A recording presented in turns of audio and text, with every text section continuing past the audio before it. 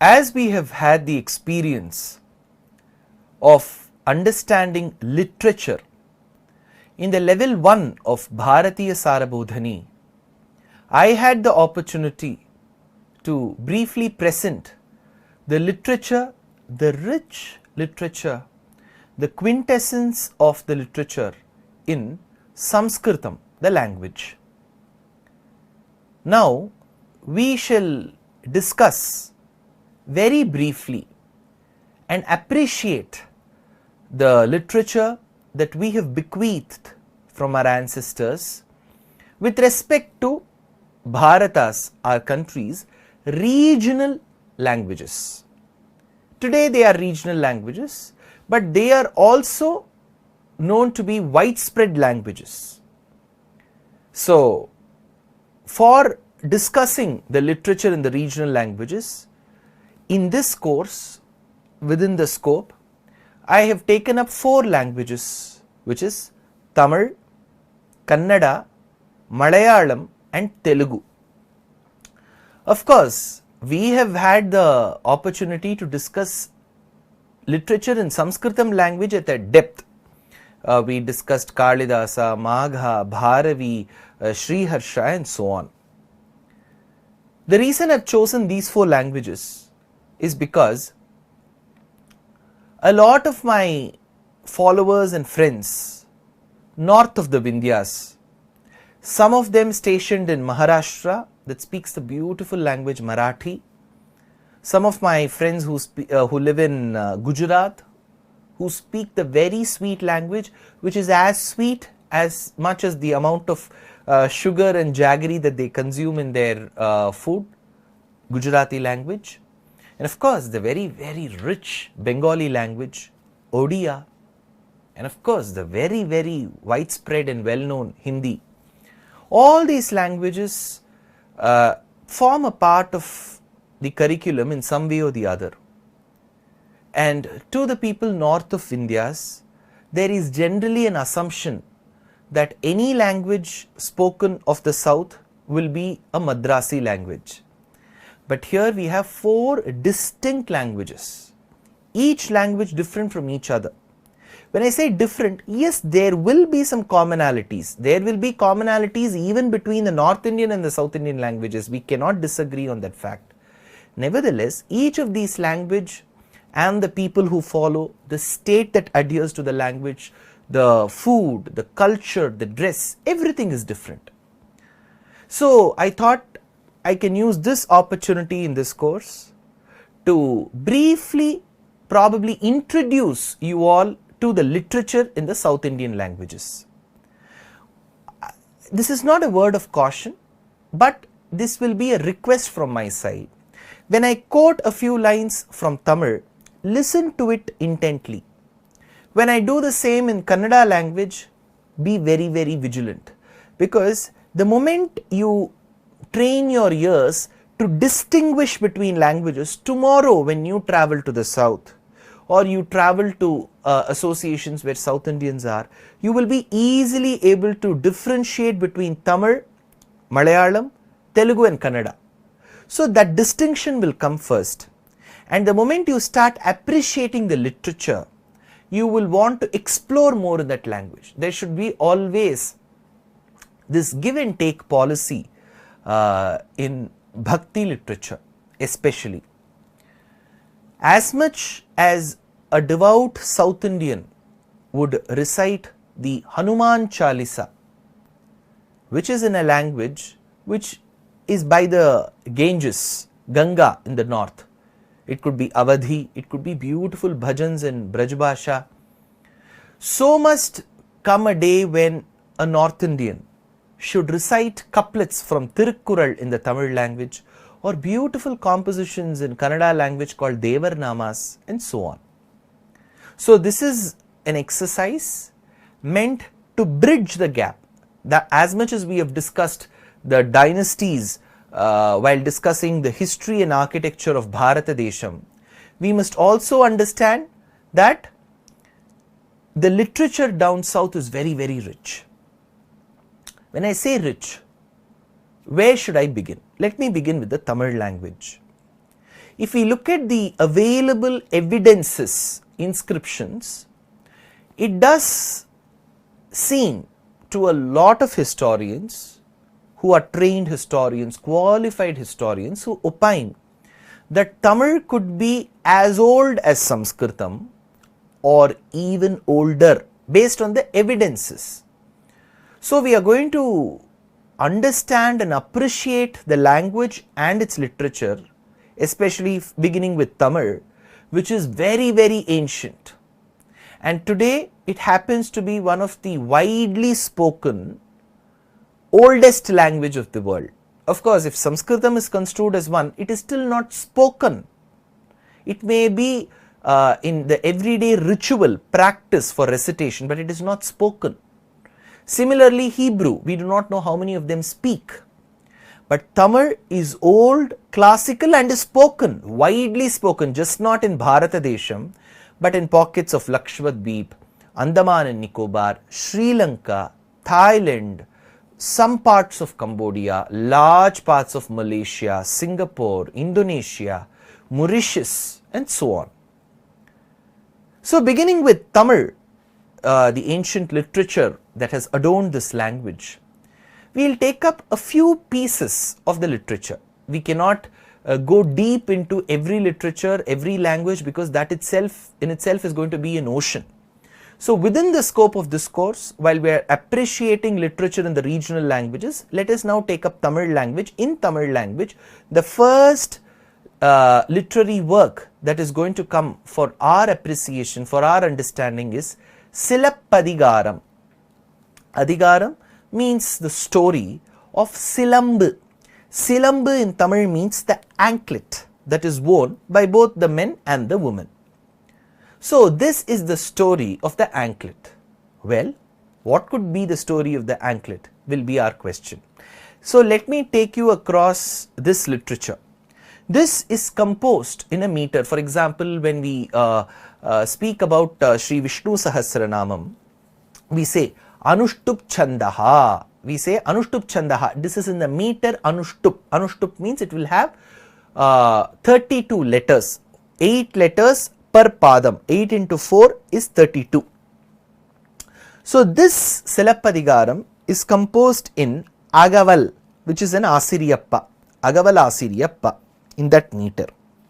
This has 5730 plus lines in Sangat Tamil.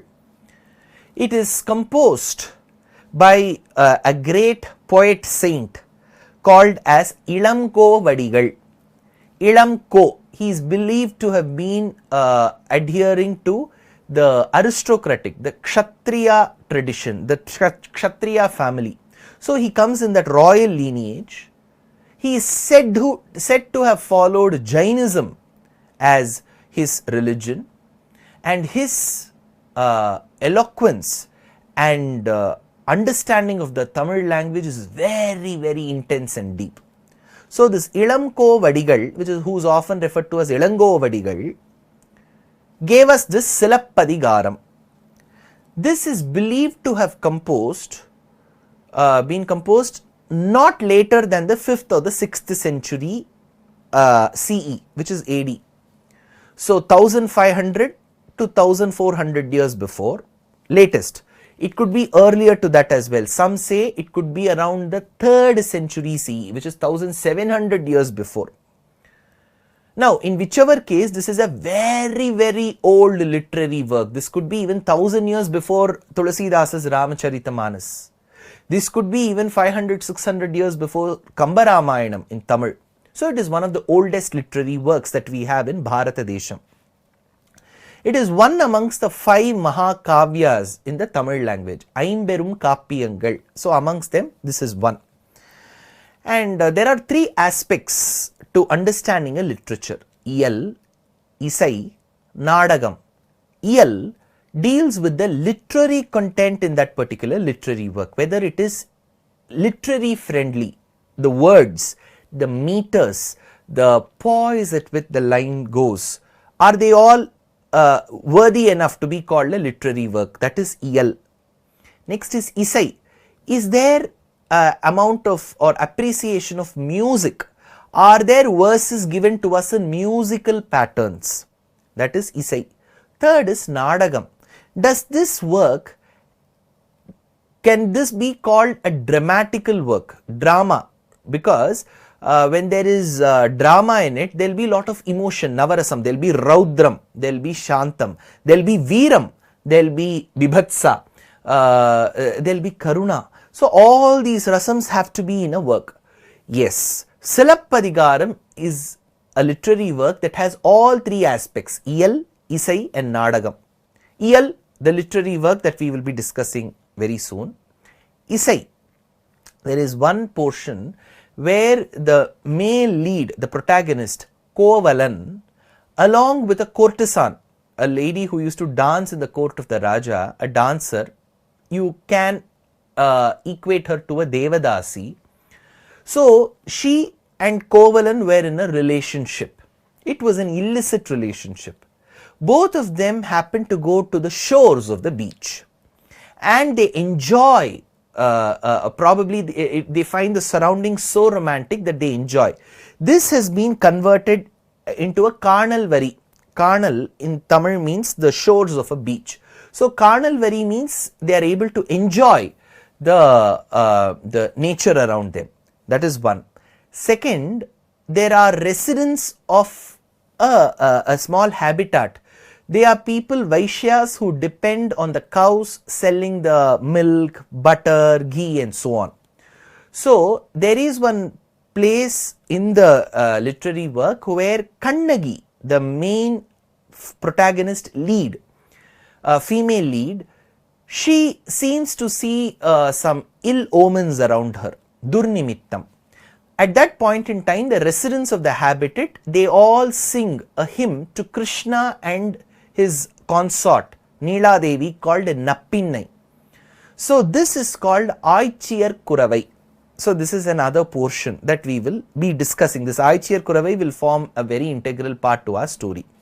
Now there is Iyal, there is Isai, there is Natakam. See, when the male protagonist lead, Kovalan, goes to the city of Madura, which is today called Madurai, the flag seems to sway this way and that way in a way telling Kovala, don't come into Madurai. The moment you step into the city, you will lose your life. So it was in such a way. So the way the flag was flying. And later when he loses his life, there is so much of pathos, there is so much of melancholy. And at one point in time, when Kannagi realizes her husband is dead, she comes and barges into the court of the Pandyan king and questions him. And at one point in time, with the anger that engulfs her, she tries to tear open her left breast and throws that into the air, into the city of Madurai, and the entire city burns. So there is a lot of drama element to this literary work, Silappadigaram. Now that we have discussed who is the author, the time period, what are the features in this work, let me now take you through the story. Around the second half of the 2nd century, there is said to have been a king who ruled in the Chola region. He was called Karikala Chola, and during his regime, in a small port city called Puhar, today it is called Puhar. So in Puhar, there were two royal merchants. One royal merchant had a great son, a very handsome one, called Kovalan. The other merchant had a daughter, extremely the fulcrum of all auspicious attributes, of all good qualities. Her name was Kannagi.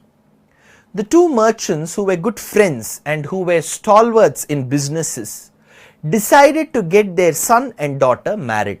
So Kannagi and Kovalan were married. Kovalan was 16 years of age, Kannagi was 12 years of age. So as they married, as per the rites which have been mentioned, mantras mentioned in the Vedic literature, remember this, because this should help, because there may be certain speeches or writings that you might have heard that the Tamil culture is absolutely different from the Vedic culture. No, Their marriage happened as per the Vedic rites. And as they were living happily together, one day Kovalan, while walking on the bazaar street, he sees a beautiful courtesan, a beautiful dancer. Her name is Madhavi. He falls in love with her. She too accepts and receives his love with the same reciprocation. Because of this, Kovalan starts to live in the house, the mansion of Madhavi, thereby deserting Kannagi. Kannagi did hear about Kovalan staying in the house of Madhavi, but being the lady of those ages, she thought it is better to wait for him to come back to her and rather not question him, humiliate him, violate the Pativrata Dharmam norms. So, as Kovalan was happily living with Madhavi, he used to spend so much money on her, buying her jewelry, by taking care of all her expenses, that he had to take away the wealth that his father and his wife had accumulated. So, day after day, Kannagi started losing the gold jewelry that she had, because everything had to be pawned by Kovalan for the sake of his mistress, Madhavi. It did so happen one day that Madhavi, while enjoying with Kovalan, gave an indication that she also fell in love with another man. Kovalan could not withstand this. He was acting unaware, as if of the fact that she was a courtesan. She could have multiple relationships. Nevertheless, he took this to heart, deserted Madhavi and came back to Kannagi. Kannagi, again being the Pativrata of those days, accepted her husband. At one point in time, since they had lost most of their wealth, Kovalan had no option but to go southwards.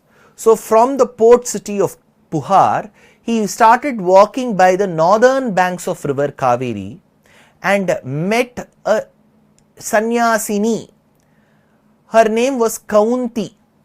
So, as soon as Kovalan and Kannagi met Kaunti and asked her the way to Madurai, the city that is being called today, she immediately told them that she will accompany them. And they started travelling, crossing the Kaveri river, going by the southern banks now, and going further down into the city of Madura, which is Madurai. The moment they entered the city, they went to its outskirts, where there was a habitat where the Vaishyas lived. They were the Gopas and the Gopis of those days. So, Kaunti introduces Kannagi and Kovalan to a lady in that particular habitat. If I remember, her name was Madari, and tells her that she should be of great assistance till Kovalan sets up his own business and finds a job of his own where he is able to run his family on his own. This lady agrees, and they, with open arms, welcome Kannagi and Kovalan into their habitat. At one point in time, Kovalan, who wanted to set up his business, wanted some wealth. So, at that point in time, he requests Kannagi to part away with one of her anklets, which is the silambu. And this silambu is taken by Kovalan into the city of Madura. He goes to a goldsmith and tells him, please keep this anklet and give me money in return so that I can set up my own business. That goldsmith was the person who used to attend to the jewelry of the king, the Pandyan king and the queen of that region. He had stolen the anklet, one of the anklets of the queen of the Pandyan region, and the outer of that silambu very much looked like the silambu what Kovalan had brought. So, what this person intelligently did was, he went and complained to the king and the queen in the palace that the lost silambu of the queen was with this man. Anyways, he had it, but he showcased the silambu of the queen, the silambu of Kannagi, as the very stolen silambu of the queen. The queen wore that, and she immediately said to the king that this person must be punished. the Pandyan king, even without court-martialing, even without questioning, he ordered a death sentence to Kovalan. Kovalan was unaware of this. The moment the soldiers reached Kovalan, Kovalan was astonished. He asked, why have you all reached me? They said that the king has ordered that you have to be killed, guillotined.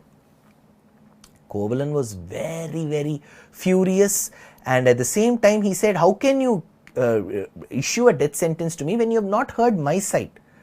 And as he started speaking philosophy and looking at his innocent face, most of the soldiers who had come were reluctant to kill him. But one, the audacity that he had was that while Kovalan was speaking, he immediately chopped off the head of Kovalan.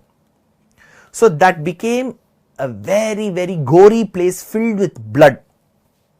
At the same time, Kannagi, who was living in the habitat along with the Gopas and the Gopis, had Durnimittams. At that point in time, Madari, with the help of her other Sakhis, friends in that habitat, comes and tells that let us now pray to Lord Krishna and his consort Pinnai, who is Neela Devi, to ward off the Durnimittams that we have. That is when comes this musical portion called as Aichiyar Kuravai. I will just read out those lines. It will be in ancient Sangat Tamil. வடவரையை மத்தாக்கி வாசுகியை நாணாக்கி கடல்வண்ணன் பண்டு ஒரு நாள் கடல்வயிறு கலக்கினையே. Once upon a time, these ladies are singing. Vadavarayai mattaki, keeping Mandara mountain, the northern mountain, as the stick, the churning rod. Vasukiyai nanaki, by keeping Vasuki, the snake, as the rope. Kadalvannan, the one who is hued, whose color is like that of the ocean, the Lord Vishnu. Kadalvannan pandu oru naal kadalvairu kalakkinaye. Didn't he, by using devas and asuras, churn the ocean? Kalakkiya kai ashodayar. Then who? So the Lord using his hands churned. But what happened to these hands later in Krishna Avataram? His hands were tied. His body was tied to a mortar by Yashoda. Kalakkiya kai ashodayar. Kadai kayitral kattunkai. Malar kamala undiyai. Mayamo marukaite. Malar kamala undiyai. O Lord, whose navel has the beautiful lotus flower, who has Brahma atop, the Lord who gave rise to the lotus, the Lord's navel that gave rise to the lotus, O Lord who has such a navel, Malar Kamala Undiyai Mayamo. Isn't all these incidents that I have mentioned, that I am going to mention, a part of your glory? Mayamo Marukaite. அருபொருள் இவன் என்றே அமரர்கணம் தொழுது ஏத்த உருப்பசி ஒன்று இன்றியே உலகடைய உண்டனையே உண்டவாய் களவினான் உரிவெண்ணை உண்டவாய் வன்துழாய் மாலையாய் மாயமோ மறுக்கைத்தே அருபொருள் இவன் என்று. So then the ladies who are performing this dance act are talking to each other. Arupurul ivan endru. Isn't he the very quintessence of the esoteric Vedas? Arupurul ivan endre amarar kanam toludetha. Who is praising him as the quintessence of Vedas? Amarar kanam, Nitya Suris and the Devas. Uru pashi ondru indriye ulagadaya undanaye undavai kalavinan. Isn't he the same one who stole loads of butter and applied it on his face? Undavai kalavinan. So Ilangovadigal talks about Krishna Avataram in the south of India 1700 years before, mentioning each and every incident. Imagine how widespread the civilization was. Undavai kalavinan uri vennai undavai. Isn't he the Lord who left stains of butter marks on his face? Now that he was a novice in stealing, he had left away traces. Undavai kalavinan urivennai undavai vantulai. He is the one who adorns himself with the freshly plucked lotus leaves. Vantulai malayai mayamo marukkayitte. Isn't his glory to be appreciated? Asks Ilangovadigal in this Aichiyar Kuravai. The ladies continue describing the acts of the Lord. Tirandu amarar தொழுது ஏத்தும் திருமால் நின் செங்கமல இரண்டடியான் மூவுலகும் இருள் தீர நடந்தனையே. Isn't he the one who came in the form of a dwarf, Vamana, as Upendra, went to the Yagavatika of Bali Chakravarti, asked him for 3 pieces of land, and then grew into the mighty Trivikrama. Tirandu Amarar Toludethum Tirumal in Shenkamala, to that lotus feet, Irandadiyan, Moovulagum Irultira Nadandanaye, Nadandadi. Later, when he thought that he had not done justice to Mahabali, he said, I will measure with my little foot, and then measured the world with his large form. Since he did not do justice to Mahabali at that point in time, maybe that is why with the same feet with which he had duped Mahabali, he had to walk through the forest for 14 years where the thorns and the stones used to prick him. So, Irandadiyan Moovulagum Irultira Nadandanaye, Nadandadi, Panjavarku Tudaga Nadandadi. Isn't the same feet later which also walked as the messenger of the Pandavas, Nadandadi, Panjavarku Tudaga Nadandadi, Madangalai, Marattai, Mayamo Marukaite.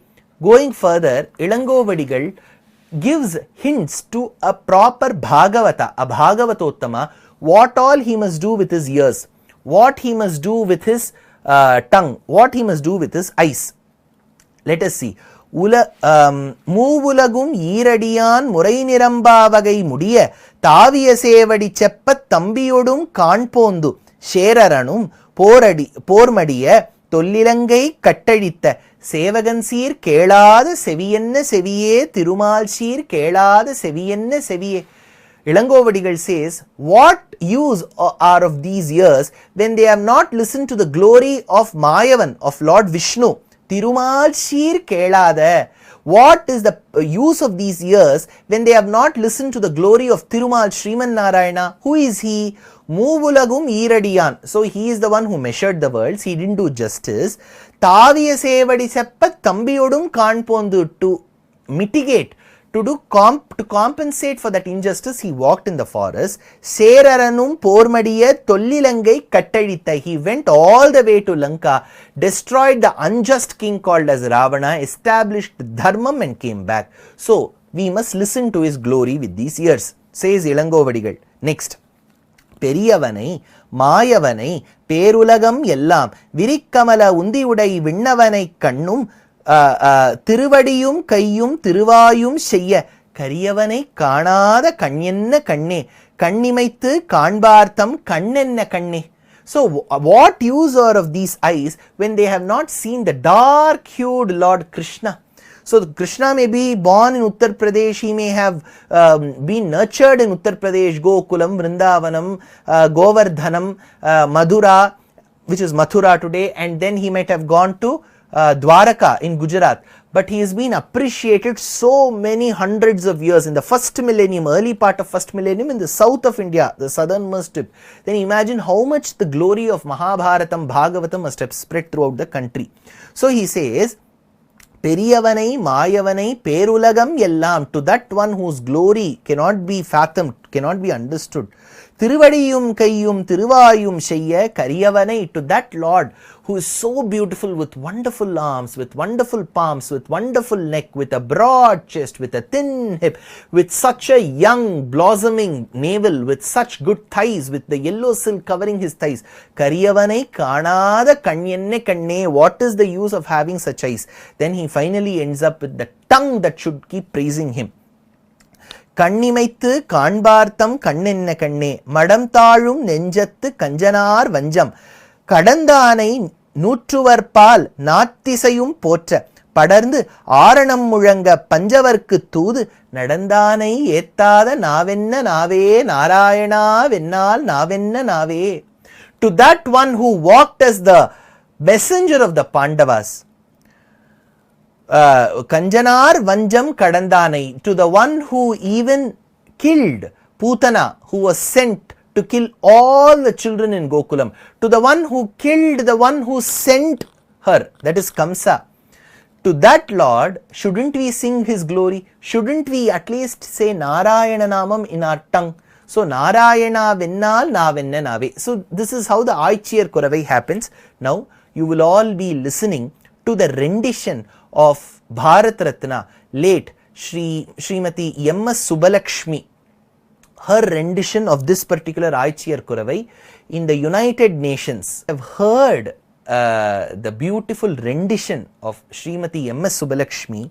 Let us now understand what happened to the Durnimittams that Kannagi saw.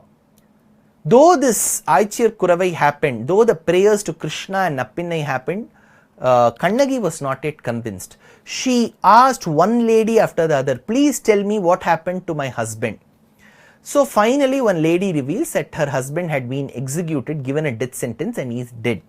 She immediately falls on the ground, laments, she is not consolable at all. Then finally, gaining some strength, she wanted to go see her husband. It was night time, but she still wanted to go. She went to the bazaar street and went to the place where he was executed. Nobody was there but his body. There was blood all over, and she started crying in so much of grief. And at that point in time is when she understands the happenings that of Madurai, where he had come, he had given away the anklet, and then the king thought it must be the anklet which the queen had lost, then given a death sentence. So she takes the other anklet. One anklet was taken by him. That anklet has already gone to the foot of the queen. So the other anklet which she had, Kannagi, she took that anklet and barged into the Sabha Mantapam of Pandyan king. Then the Pandyan king and those people present there, they all rebuked Kannagi, and they said that you should not have come like this, you should treat the royal king with due respect. But she said, how can I give him respect when he has not given the proper judgment? That is when the king questions, in what way do you say have I given the proper improper judgment? So that is when she says, you assumed that the other anklet which was worn by your queen is that of hers, but it is actually mine. He asks, how can you prove this? That is when she tells, okay, break one anklet which your queen has. What is there inside it? Because generally inside an anklet there will be some filling. So he says, I have kept good pearls. So that moment that is broken, the pearls emerge to confirm that it was the queen's anklet. The other anklet which the queen was wearing was the real, was the one that originally belonged to Kannagi. So the queen takes that away and she breaks it. To her surprise and shock, she finds rubies in it. To confirm further, Kannagi says, the rubies anklet, the one that had rubies in it, that anklet was mine. Because your anklet, oh you queen, had pearls in it. I will confirm, I have got the other anklet with me. I will break this, and she breaks the other anklet to find that it had rubies again. So the king realizes the mistake, the grave mistake, the blunder that he had committed, and he says, please forgive me Kannagi, and he falls at that very place and he is fallen dead. So if they give a wrong judgment, in those days kings used to die. The moment Kannagi realizes that her husband had been pronounced a wrong judgment, she said, what is the use if the king and the queen die? But you were all spectators to the wrong judgment. She looked at the people in the Sabha Mantapam. She said, if your king has been giving a judgment, you should have asked him to cross-check with Kovalan. But you did not do. So you should also partake the sins. If both of them, the king and the queen, are dead, let you also be dead. But how? She threw her left breast on, tore it from her chest, and she threw it on the city, and that turned into fire. And sparing the young children, the elderly people, the women, it burnt the entire city of Madurai. At one point in time in the Purānās, it is said, Ninye Vanyeva Kashi Davashikhi Jatila. Kashi had burnt. Similarly, Madurai, another important holy city, burnt. And Kannagi left this place in that grief. And as she went towards the mountains of Malaya in Kerala, it is said she reached a place called Murugavel Kundram. So it is believed to be the abode of god Kartikeya or Muruga. She stood under the shade of a Vengai tree, and that is when, looking at the glory, and at the same time she was in a very furious form, the soldiers of the nearby region request her to come to the place of their king.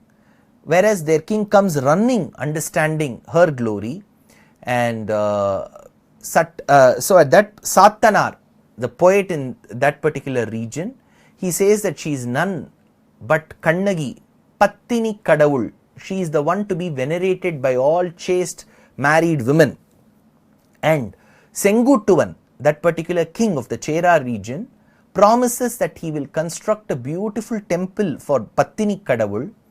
He wages a war with the kings in the north, in Himalayas, wins those kings in the north, takes a huge boulder, stone, lying by the banks of river Ganga, washes them in the waters of Ganga and brings that down south and makes a beautiful idol for Pattini Kadavul, Kannagi, out of it. And this is copied by many kings in the southern region. In those days, even the king of Ceylon, which is Sri Lanka today, copied this and erected a few temples for Pattini Kadavul in Sri Lanka. So, you will now witness a small clip of how Kannagi burnt the entire city of Madurai after having had a very heated discussion, debate, argument with the king of Madurai, the Pandyan king. நீதி தவறியதால் வளைந்த செங்கோலை உங்கள் உயிரையே கொடுத்து